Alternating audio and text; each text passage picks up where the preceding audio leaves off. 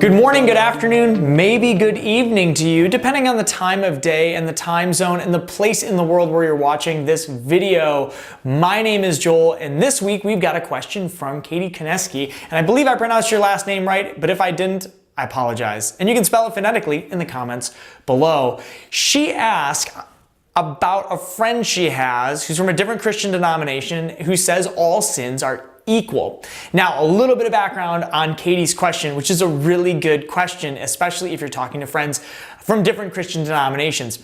In our Catholic faith, we actually identify two different versions of sins: mortal sins and venial sins. And we derive this understanding from a couple of places. Scripturally, from the book of James, the letter of St. James, where he talks about there being some sin that is not deadly and some sin that is deadly. And then we look to other Old Testament places and recognize that there are a lot of laws in the Old Testament, but then there are these like 10 really big ones that seem to be the most serious. We call them the 10 Commandments. And then we also look at just the reality of our world. There are some things that have a bigger impact than other things. Some things are worse than other things. Now, when it comes to sin, here's where the disconnect happens.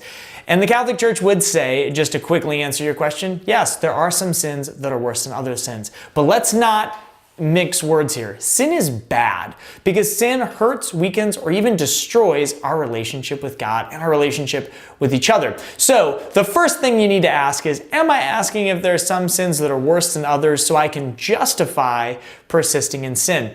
We got to remember, Jesus says, hey, I want you to be perfect as your heavenly Father is perfect. That's a loose paraphrase, but he does say be perfect as your Father in heaven is perfect. You can go ahead and look that up.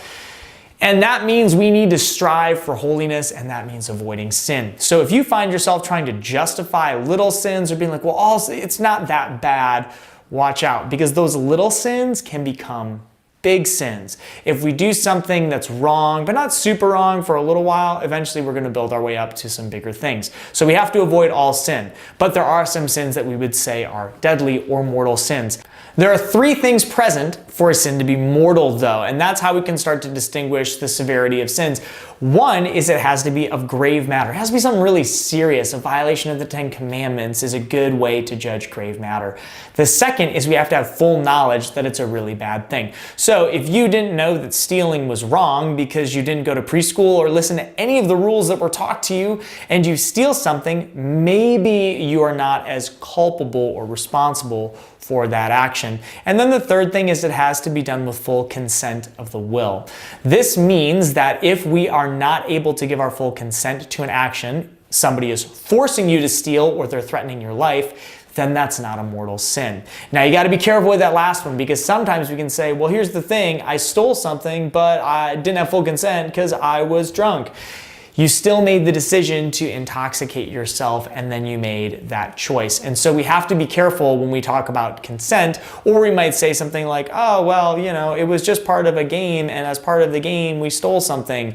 That still means that we started playing a game that involved you stealing something, and that's a mortal sin.